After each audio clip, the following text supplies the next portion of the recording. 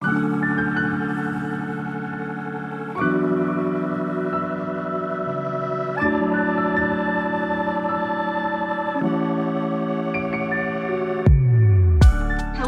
I'm Katie Kornfield, and joining me today is the incredible cast of Coda and the film's director, Sian Heder.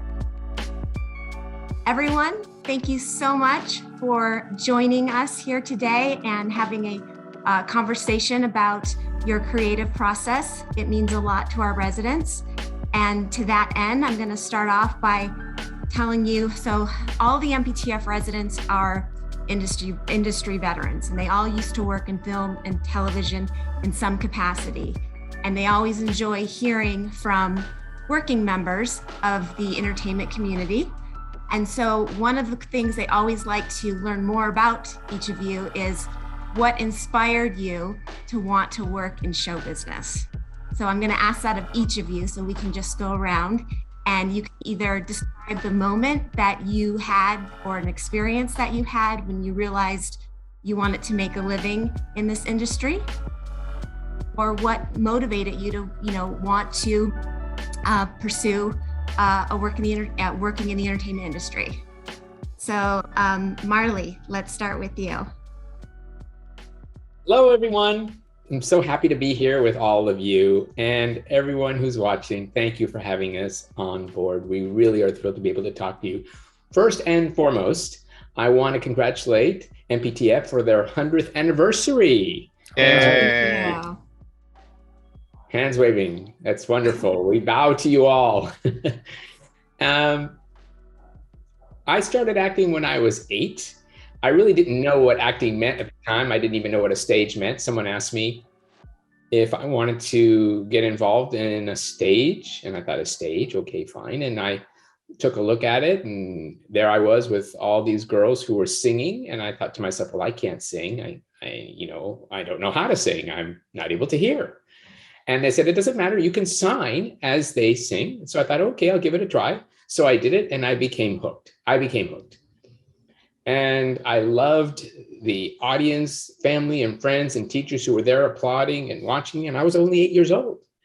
And then I really got into acting and having the experience of being on stage when I was at the, just a few miles from our home. It was called the Center on Deafness, where they were putting together a production of The Wizard of Oz. And I'd always loved that film growing up, even without captions.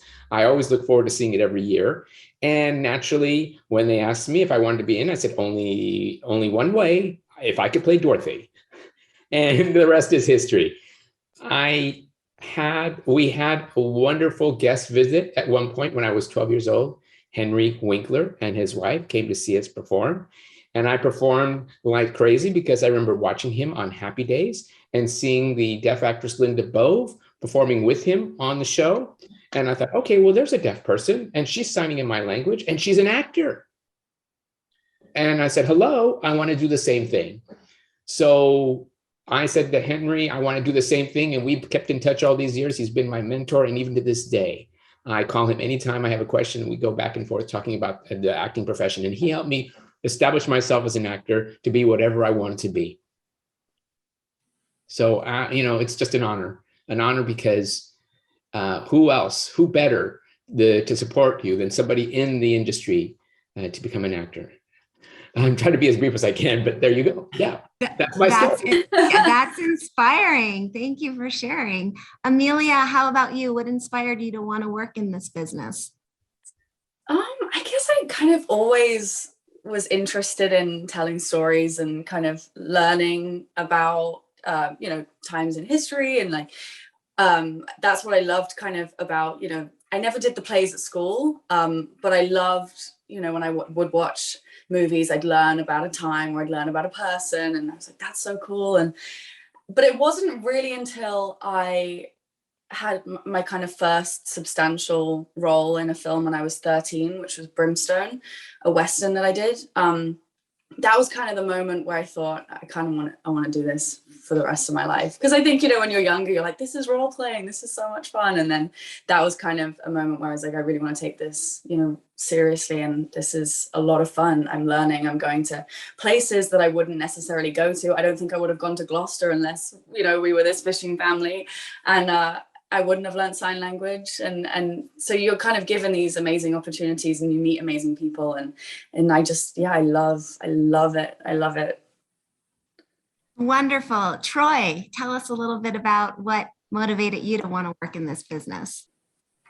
I remember back in the 1960s and 70s and up to the 80s, and there were so many popular movies like Star Wars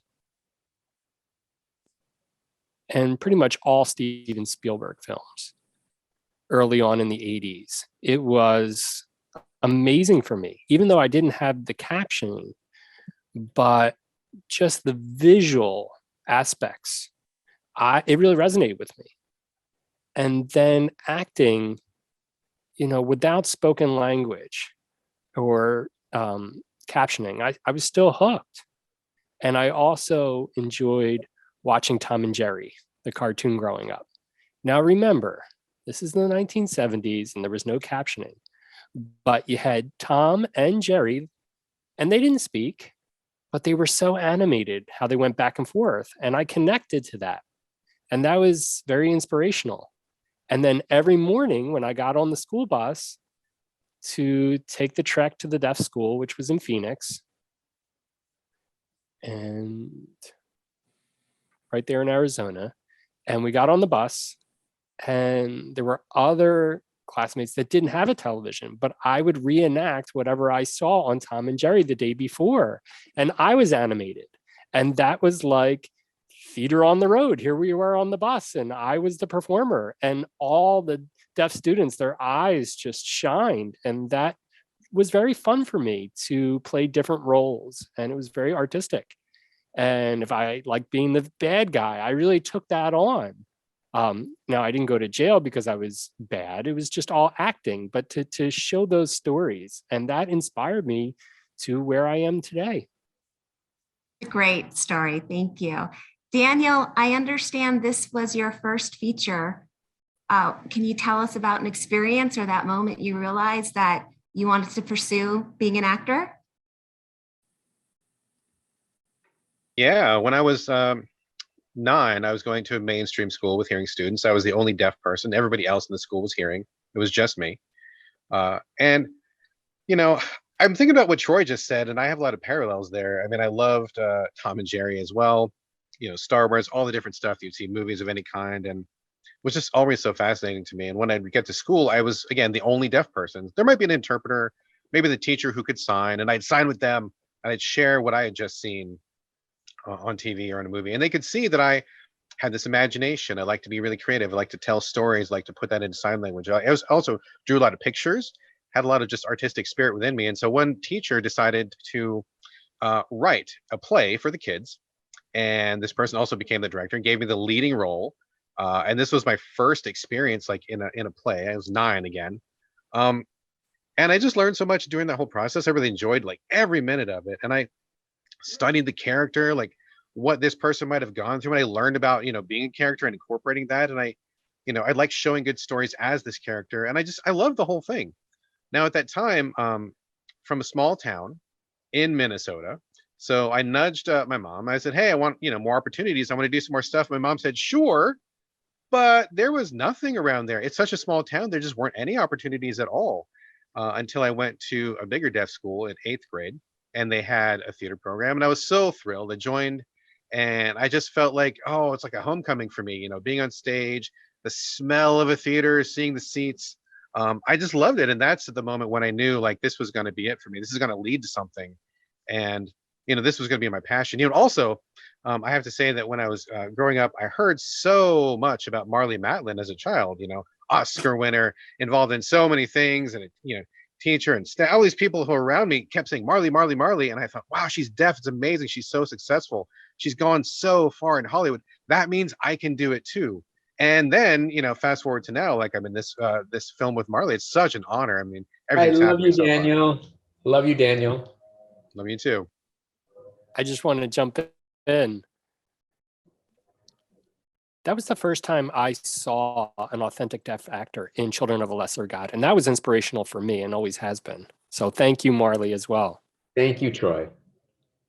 Sean, how about you? What inspired you to want to become a writer and director? And perhaps you got, what inspired you to want to work in this business?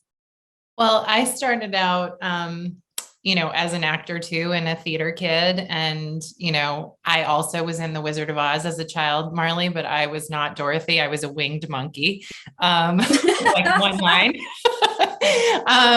And I grew up. Hey, everybody has a part to play.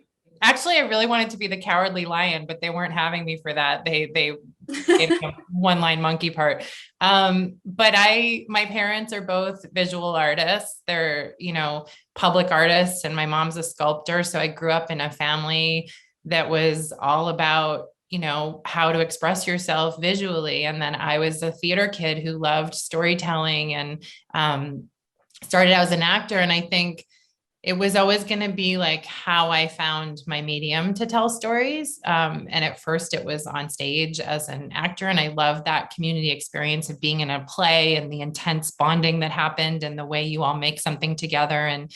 And then, I went to conservatory acting school at Carnegie Mellon, but I was always a writer. And then that was my outlet, kind of privately, was how I was expressing myself. And then honestly started writing in earnest when I moved out to LA and started writing screenplays and going to, these nights that were happening at St. Nick's Pub that Naked Angels Theater Company was doing, where actors would come and they would cold read pages and writers would bring in pages. And I was going as an actor and I thought, I should start bringing in my own work here. And I brought in, some writing that I'd done and people really responded to it. And then I remember reading a scene there and thinking, this should be a film. And this is a short film that I want to make. And so I applied to AFI with that short film. And that was called Mother. And that was the first film I made. And when I was on that set, it was my first directing experience. And I just thought, oh, this is the thing that uses every piece of me, all these parts, like the visual artist and the, actor in me and the, writer in me. And it all kind of came together. And I just loved the experience. And then that short film, had a really amazing journey and went to Cannes and was in competition at Cannes and then won an award there. So that opened a lot of doors for me to feel like I could pursue this. So that was kind of how I started, but I've bounced back and forth between TV and film. I, wrote for 3 seasons on Orange is the New Black. I've directed TV. I've, made my first feature, which was based on that short film that I did at AFI. So it's been a windy path, but it's pretty amazing. Can you tell us a little bit about your process for getting Coda made? I mean, I understand it was a labor of love and you worked incredibly hard to get it right. Can you share with us a little bit about how you got the film off the ground and shed some light on, the casting process and writing and, just getting the movie made? Sure. I mean, so Coda started out as a studio movie. And I think, as I wrote the script and dove into the research that I did in order to write the script, and the more I kind of got involved in the deaf community and learned about the community and also kind of all of the history of inauthentic casting, of misrepresentation, of feeling like, not only were there no movies told that centered deaf characters, there's been a long history of hearing people playing those roles. And that is a harmful thing, and so I think I had a real awareness about how I wanted to make the movie. And I felt like I wasn't willing to compromise. And that meant that there was a while there within the studio where I thought, oh, this is never going to happen, because the way that their financing model worked was very star driven. They wanted movie stars in all the leading roles. And in order to justify the budget or whatever their financing model was. And for a while, I felt like, it was sort of put to me that if I wasn't willing to compromise on how I wanted to make the movie, then the movie wasn't going to get made. But I made my peace with this idea that it was okay for the movie not to get made, because there was only one way that I wanted to make the film, and that was with the right cast. And so if the script was going to sit in a drawer and never get made, I had to be okay with that, because I wasn't willing to make those compromises. And what ended up happening is the movie got taken out of the studio and it got financed independently. And the fight that I was fighting to, use these actors that are incredible that you see in front of you, paid off in a really beautiful way. But I think it was many years of feeling like, okay, maybe this project is not going to get made, because I was sticking to my guns and saying there's only one way to make this movie. Now, when you were writing the script, did you have your dream cast in mind, or what was the process? How did you go about landing such a magnificent group of actors?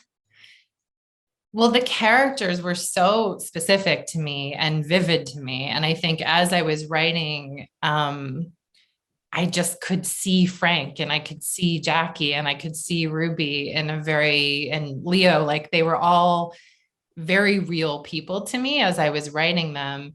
And so you start to feel like, well, I have to now go out and find the person that is in my imagination.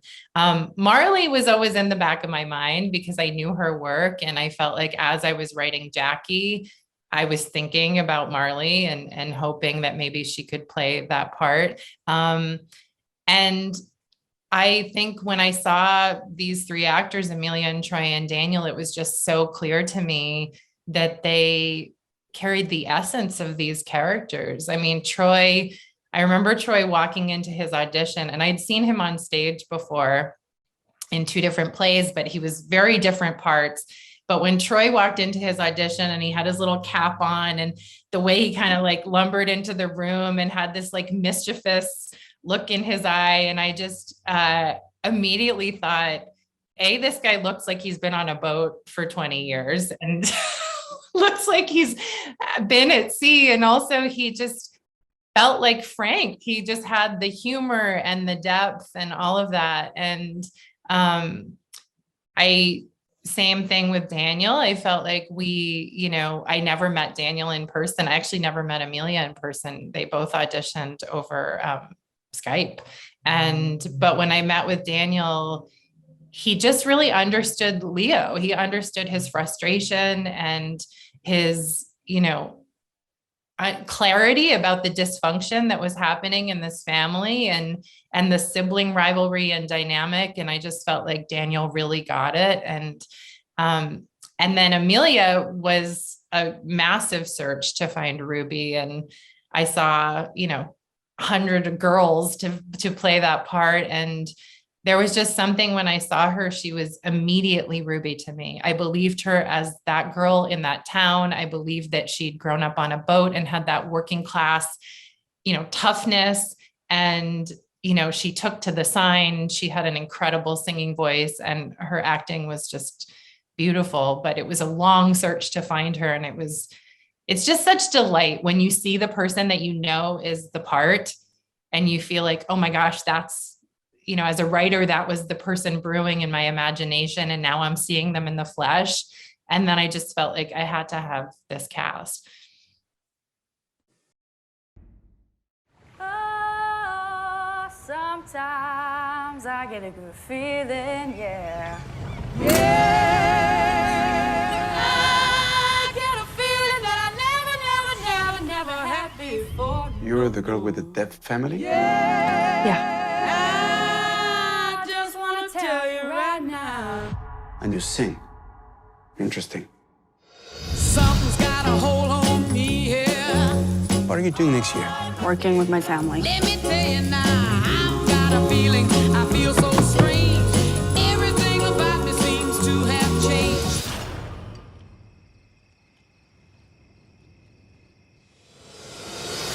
I've been coaching for Berklee College of Music. I can help you get a scholarship. I won't let go. I said,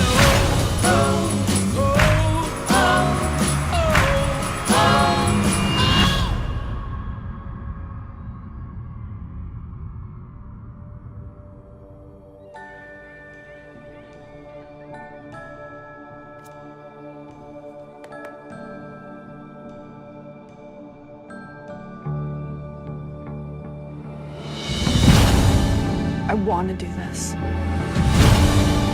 There are plenty of pretty voices with nothing to say. Do you have something to say?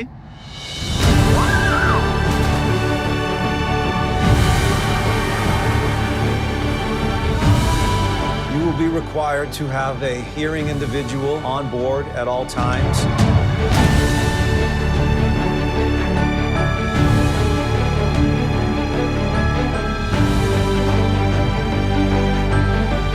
I can't stay with you for the rest of my life.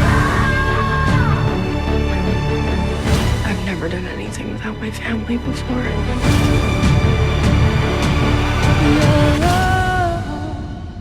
All that I need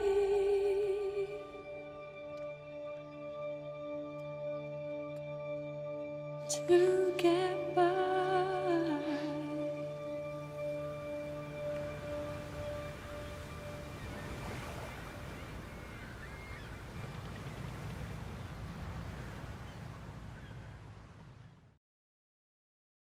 Emilia, can you tell us a little bit about how you prepared for your role? Because I understand you learned sign language and singing. So can you tell us a little bit about, as an actress, like how you went about doing that and what was probably a relatively short period of time? So I found out I got the role, I think it was like on a Friday. And then I was filming a TV show in Toronto at the time. So kind of in between takes, I would start to learn the alphabet, because if you know the alphabet, you can kind of have a conversation and you can get by it. For sure, when we were filming, any words I didn't know how to sign, I would be finger spelling, and then Daniel or Troy or Marlee would be like, there's a sign for that, and they'd teach it to me. So I kind of started with the alphabet, and then every weekend I'd have intense training for like 4 hours sign and 4 hours singing. And I trained for 9 months. So every kind of weekend I would go and I would have my lessons. I had an amazing deaf coach called Anselmo D'Souza out in Toronto, and he kind of really, really helped me. And he was so patient and kind and didn't just teach me my lines. He taught me the language and he taught me about the culture, because I didn't just kind of want to turn up to set knowing Ruby's lines. I wanted to know the language so I could have conversations with Marlee, Troy and Daniel. And then I had an amazing singing coach called Elaine Overhaul, and she kind of gave me the confidence I needed to sing live on set, because we recorded all the singing live. And I was also 17 when we made the movie, and I auditioned with Landslide by Fleetwood Mac, and I kind of did this quiet cover on my guitar. And then I turned up for my first singing session, and it was like Etta James, Aretha Franklin, Marvin Gaye, like the biggest songs ever, like totally setting me up for a loss before it even started. And so Elaine kind of pushed me and I guess, gave me the confidence, as I said. And then I got to Massachusetts and I worked with Alexandra Wales and Anne Tomasetti for 2 weeks of intense training before we started shooting. And they were amazing. They really, really, really were so patient and kind, but also pushed me hard. I remember I would get back every day and my arms and my fingers would ache because I was using muscles that I'd like never used before. And they were so kind to me. They were basically my rock throughout filming. Anne Tomasetti was kind of my eyes on set because Troy's an amazing improviser. So it meant that when we were improvising in scenes, Anne could help me and we could bounce back and forth, and she could, help me make the signs as accurate as I could. And then, Marlee, Troy and Daniel really, really, really helped me. I feel so grateful that I had them to kind of help me learn sign, and you all kind of took me under your wing the minute you met me, and I feel so grateful that I was given the opportunity to learn all these skills. I guess fishing too. Troy, Daniel and I went out on the boat in the 2 weeks of training before we started shooting. We went out on the boat at 3 a.m. every morning, and we'd go fishing for hours and then get back smelling like fish guts and go out with the fishermen for lunch. And we kind of just lived as these characters. But it was so fun learning all those skills, because it's not every day that you get to learn so many. Now, Marlee, you strike me as this strong-willed woman, but yet the character you play in this film, she operates out of fear. And so how do you get to that place as an actress? And what is your process for doing that? That's a great question, because when I first got the script, I thought, okay, wow, this is something. I mean, knowing that Sean, being the director, being a fan of hers, of her writing, of her storytelling, and that she created a character that was so raw, so authentic, so emotional, and it happened to be deaf. And I thought, great. So I thought the script is going to be great. And then, of course, Jackie, I fell in love with because she was so different than anything I've ever had an opportunity to play before. I never played a character like Jackie before in my 35-year career because Jackie and I are so different. There was it was a huge challenge for me as an actor because it took place in a small town, and yes, her signing style was different. I had to try to get into this character of Jackie with the style that she communicated with in her, and yes, as you said, her fear as a mother because she had a hearing child, and it was a different experience than me. I mean, I happen to be a mom of 4 and all my children are hearing, but my experience in raising my children are different than Jackie and how she raised her daughter. She didn't have the opportunity to communicate, to talk with her family like I did. And I had to sort of take this character and put myself into her. And it was really a challenge for me.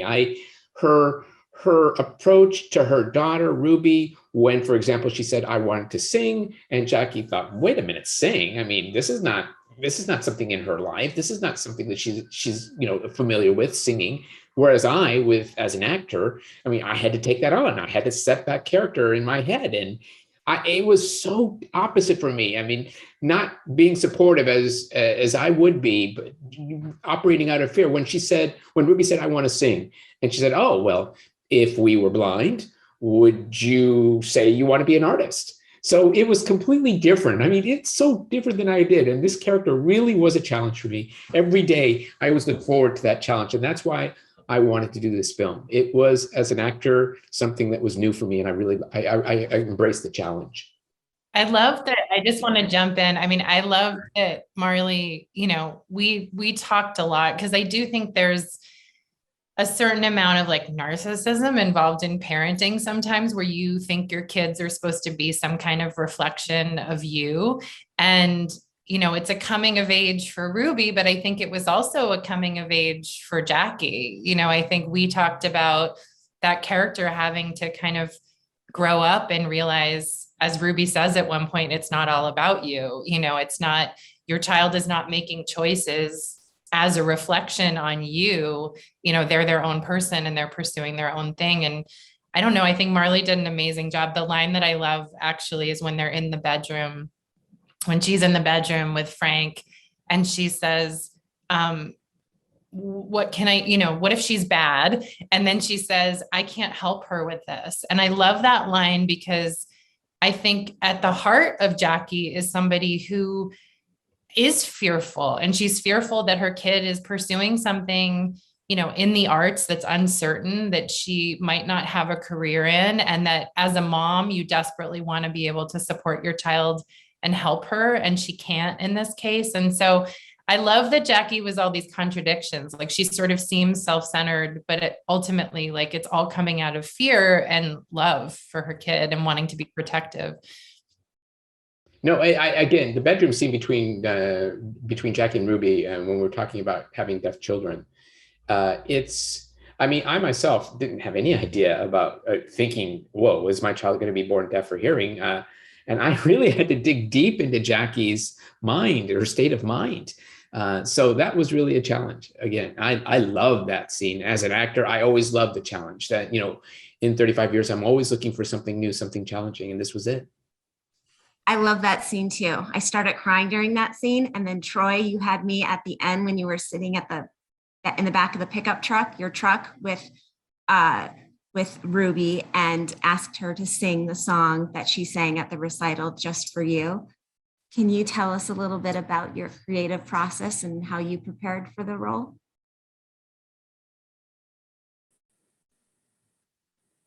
When I looked at that scene, I said to myself, wow, this is a very important moment in the film. And I wanted to talk with Sean about it. And so I pulled her aside as they were setting up the set. And we went back and forth. And I said, well, what's your vision of this? What are your expectations? And as I read the script, the one thing that stood out to me was the phrase "thank you." That after Ruby sings to Frank, Frank is supposed to lean over and say "thank you," and that really bothered me. It didn't sit well, and I couldn't ignore my instinct on that. But I wanted Sian to hear out why this was bothering me. And I shared that with her. And she said, okay, that's fine. Then don't use "thank you." Just use your facial expression to convey that. And I said, okay, that's exactly what deaf culture would do.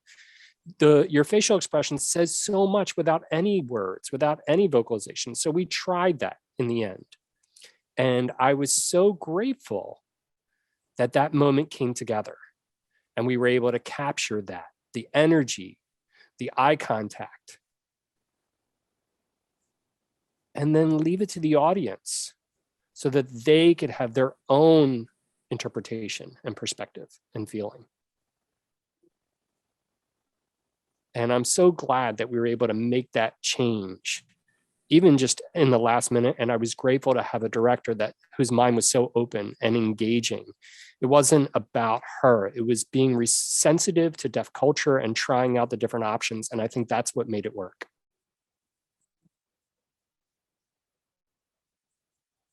I mean, there's so much of your character in this movie too. It's every time the camera turns to you and you just would see your facial expressions, it spoke volumes. And there's something about that, I mean, it would just send chills down my spine. Your performance was magnificent. So congratulations, it was great. Daniel, I'd love to hear from you because I understand this was your first big feature film, and I'd love to hear more about how you prepared for the role and how you learned you got the role.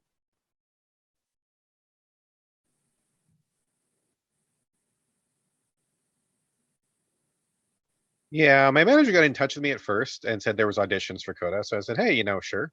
Just filmed myself doing some signing.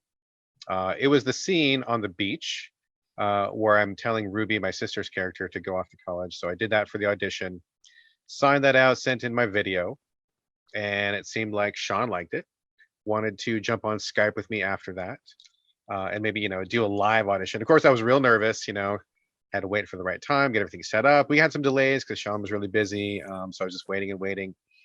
Finally, we got together on Skype and saw her. And there was an interpreter there, and Sian sitting there watching me. We're kind of going back and forth with the interpreter. This same scene that you see in the beach again, with Leo and Ruby, those characters. And then, Sian gave me a little feedback. We had a little discussion about that, about my character. Had another audition, and she liked it, said it's good. Shut that down, and I just waited to hear back. And it seemed like they wanted to do a third video. They're going to have another reader for that last one. So we went back and forth, and again, the same scene again for the third time. So I did that with my friends, went back and forth, sent that video in. And I mean, it wasn't too long, maybe a week or maybe even less than that, when my manager got in touch and said, hey, and she had that look on her face, and I'm like, what? And they said, Coda. And I'm like, oh, amazing. I was so happy. Like, oh, I just couldn't believe it. Just incredible feeling, like chills. First time to be in a big movie like this. So really excited. And I found out that Marlee Matlin and Troy Kotsur were going to be my mom and dad. Oh my God. Like, I mean, I've worked with them both in the past, and I knew that this movie was going to be amazing. So, I mean, that's how it went. Daniel, that's when the phone started buzzing and Daniel said, I'm your son, Troy. Guess what? That's true. That's true. The family dynamic in this movie is so incredibly strong, and it's just heartwarming. It's almost as if you guys have known each other for years. Like, one of the first things I picked up on when I saw this film was, oh my God, it looks like they've all known each other for like 20 years. What are some of the techniques that you employ, Sian as a director and you guys as a cast, like to bond? And I mean, I understand you shot the film in 30 days, so that's a relatively quick shoot. And I thought, God, it's rare that you watch a film and you feel like they're a family. Like, it's not like are there techniques that you employ during the rehearsal process or preparation to establish a bond like that? Well, it's a bond that you really hope for, because it's very hard to direct true chemistry on screen, and create that bond if it's not there.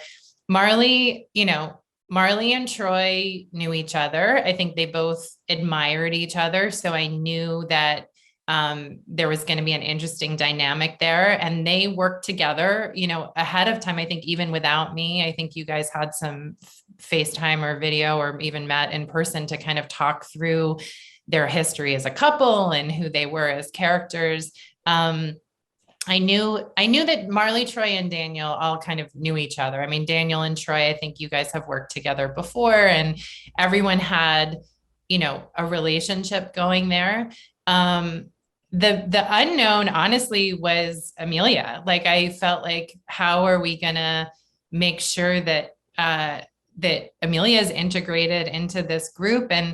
And what I loved about what everybody did is, like, Emilia dove in. I think Troy was immediately telling her long jokes and making her keep up, and they all went to dinner together. I remember the first night and sat at a little table, and it was like watching the Rossies just jump in. And I think there were elements to the way that we did a lot of rehearsal.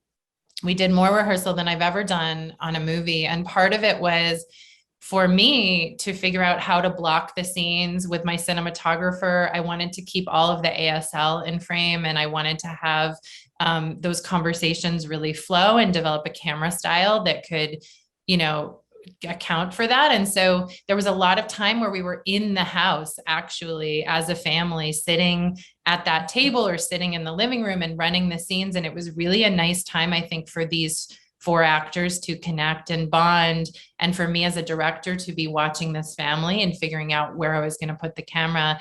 And then the fishing was a huge bonding experience, I think, for me and Troy and Emilia and Daniel. Like, we were going out, into open water on this really janky, rickety boat and, learning how to run the boat and pull in the nets. And, it was very intense, and it was going to sea together. And we spent a lot of time doing that with local fishermen who were teaching us the ropes.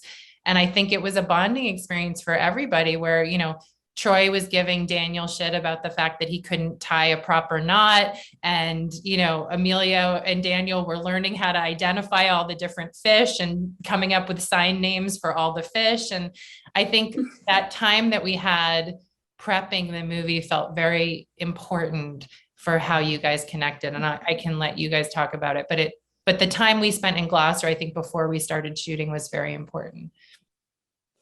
I also wanted to add, just briefly, that when we started rehearsing, I typically, as an actor, I always take the lines and really break them down to the point to understand what makes sense for the character. So the rehearsal, it was very intense, and we all worked very long to get these characters in place, both physically and emotionally, psychologically, and just put them all together. So we all worked so well together that it was, with the cast and the director and Sean and everybody involved, I was very proud of the eventual and final effort. I'm so proud of being part of this movie. And Daniel still doesn't know how to tie his shoes, unfortunately. Oh, don't tell him that, Troy. I will say, though, I will say what you see on screen, though, is kind of what we're like in real life. I think we were also very lucky. Although we would hang out all the time and we would spend true almost every day together, the minute we met, we kind of had that kind of family bond. And our group chat is like, we text every day when we're not together. And every time we have another Q&A, I'm like, oh, I get to see the Rossi family again. So I think it was a lot of luck involved, as well as a lot of hanging out. One final question, and then I'm going to toss it back to Jennifer in the studio. And this is for all of you, so anyone can answer. What is the message that you hope audiences will take away from the film? Me, this is a movie that all people can enjoy, all people can identify with, because it's a universal story. People will be able to see their lives reflected in the Rossi family's experiences, whether you're talking about your coworkers, your family, or even people you meet on the street. This is a movie that tells a universal story, and hopefully people will be able to understand, and it will resonate and know that, oh, great, we as deaf actors or people who happen to be deaf have the skill to be able to work in any kind of character that the cinema provides. We can do it. We really can. We're all up for the challenge. And I've always been that. And that's my motto. Whether people are afraid or of the challenge, I just go for it. And hopefully people will be able to embrace that and understand that it's the same for all of us. Yeah, Marlee said it all right there. Absolutely. And then I just feel like right now with my own teenage daughter, who's a real life Coda, I see what she goes through. And hopefully the audience can see, okay, this is the typical teenager experience. And then someone who is a Coda that tries to navigate the world. And I don't think everybody really fully understands what it's like to have a deaf family. And with Coda, it's an opportunity to depict that and show that world and show the differences for a teenager that grows up as a Coda as compared to one in a regular hearing society, and seeing that journey and seeing her go back and forth between the hearing world and the deaf world and her deaf family. And that's what's so great about the movie. It's a great step forward to depict that. Right, Marlee? I mean, my hope, it's everything that these guys are saying, but I think, taking such a specific story and a specific family and making that family feel universal. And the moments that I've had with audience members who come up to me after they see the movie and feel like they want to share something about their own family. I've had a lot of children of immigrants come up to me and say, oh, this feels like my story. And, or, hey, I'm going through like this rocky time with my dad, and seeing this father-daughter relationship just really, made me emotional. And I think people are really connecting to this family specifically. And I love that what it's done is normalize a deaf family and make people realize that this is not a separate, the only difference is that people can hear or can't hear. There's literally no other difference. This is a family with its own dysfunction, just the way that any family is dysfunctional. And so I hope that it kind of kicks open the door a little bit wider to greenlight other projects that center, deaf characters or characters from the disability community, and make Hollywood and audiences realize that they want to see these stories because they feel like home, actually, and they feel resonant and universal. Well, I think it resonates. I know it resonated with me. I felt it was such a heartwarming, wonderful story with just incredible actors. And Sean, congratulations, because I know it was a labor of love for all of you. I cried several times. I've watched it 3 times now, and I can't recommend it highly enough. So congratulations, and thank you for sharing insight with us today. Now I'm going to toss it back over to Jennifer Clymer, who's going to share a little additional information about MPTF and some of the residents. So Jen, take it away. Thank you. Thank you, Katie. Thank you, Katie. Thank you. And thank you for the film, and congratulations. So many awards. My sign is bad, but I try. No, you're great. This is beautiful. Thank you. I understand you just fine. Yay. Some of the residents asked, how long was the production? How long was the shoot? They ask very technical questions. 30. So the shoot was 30 days. We had a longer prep time where we were, in Gloucester getting settled and rehearsing, like we said, learning how to run those fishing boats, all of that. But our actual shoot was fast and furious and 30 days long. And was it pre or post COVID? We finished the movie in fall of 2019. So we made it in under the pandemic, and I'd actually before the pandemic, and I had finished my edit as well. So it hit we went into lockdown during like our color correct and sound design and all of that. So I felt so lucky. I mean, I think about the way that we all bonded on set and the kind of way we were living in that town and exploring that town, and what it would have been like to do that water work, in masks and, shields, and it just would have been brutal. So I feel super lucky that we got to make this film before that happened.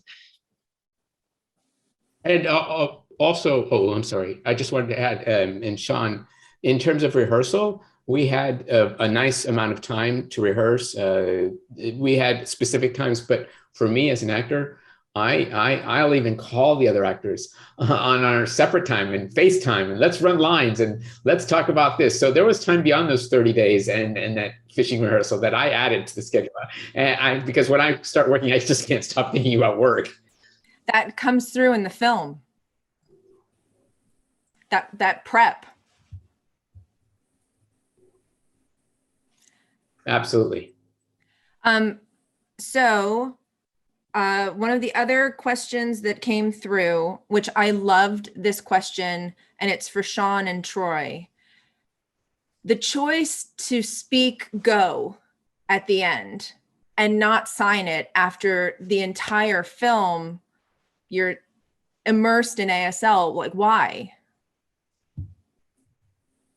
I had written that, and then I asked Troy whether he wanted to do it or not, because now knowing Troy and knowing how that character had played, I wasn't sure about that choice. And I think, I won't speak for Troy, but Troy wanted to do it, and we talked about it. And I think what was interesting to me is that here's this dad who has this incredible connection with his kid, and he's sending her off into the hearing world. Like she's leaving her deaf culture and she's leaving her childhood, which is in her home, and she's going forth into this completely hearing world. And I think his choice to speak that to her at the end was almost like a release, like go off and you can be a part of them. That was sort of how it worked in my mind, but I'm curious to hear Troy talk about it too, because I remember discussing that, and in the moment it was like we kind of decided together that we wanted that to happen. That's right. I agree with what you said, Sean. I just felt like, I'd taken her life in service of the family, interpreting, managing all of those details as a teenager. She had done that her whole life. And at that point, as Frank, I felt like it was time to make the change and making the effort and vocalizing and saying, yes, you've done all this for us, and trying to vocalize that and show my effort in gratitude. And that's why I vocalized go. That was the basis of making that decision. At some point, I think Frank was a little guilty that he had overlooked this for so long, and he finally had an awakening and wanted to really make the effort to show that, and that's why he used his voice. And what I love is the switch, how in that moment Frank says to Ruby, he vocalizes go, and then the last thing Ruby does is kind of, when she signs this at the end, this has been Ruby's name sign the whole movie. So this is, R and Y. And we came up with kind of, Troy, I think you even came up with that name sign, if I remember.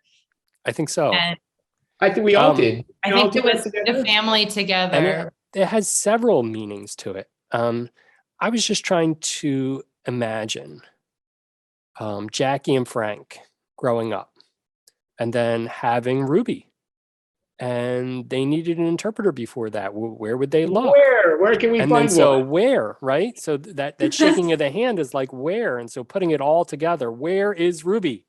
Where's our interpreter? Where's our Coda? Get over here. We need you to interpret for us. Be our voice on the phone, or we need you to interpret at an important meeting. And then the second meeting in that name sign is her name starts with an R and ends in a Y.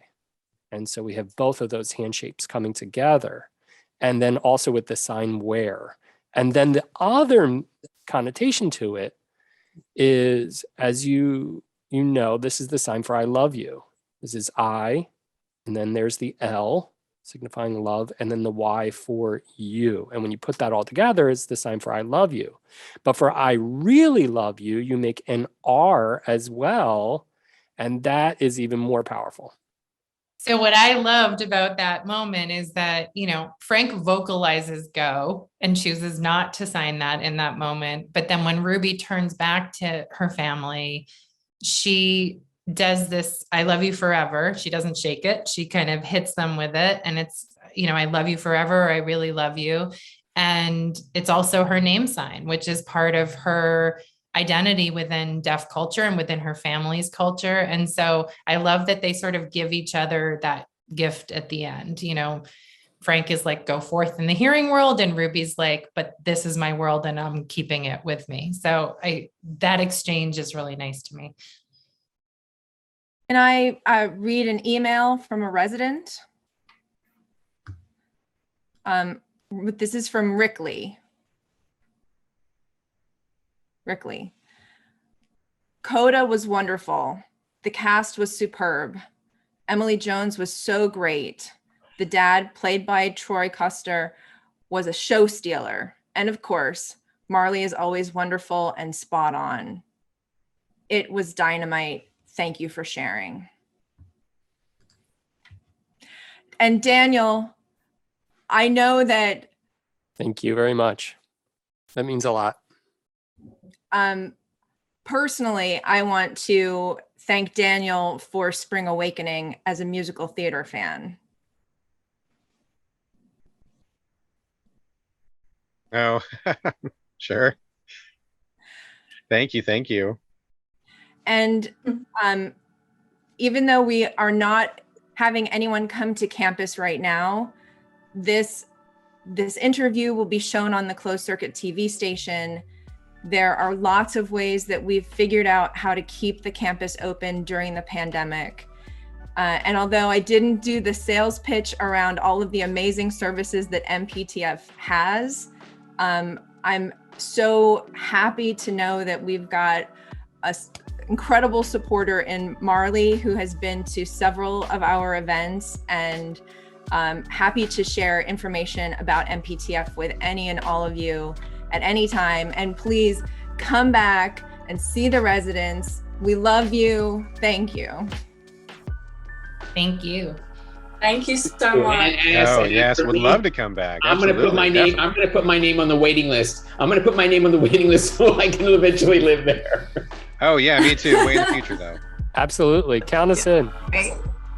Thank you. Congratulations. Fingers crossed. Thank you. Love you all. Happy holidays, everybody. Happy holidays. Bye. Much love. Yay, thank you.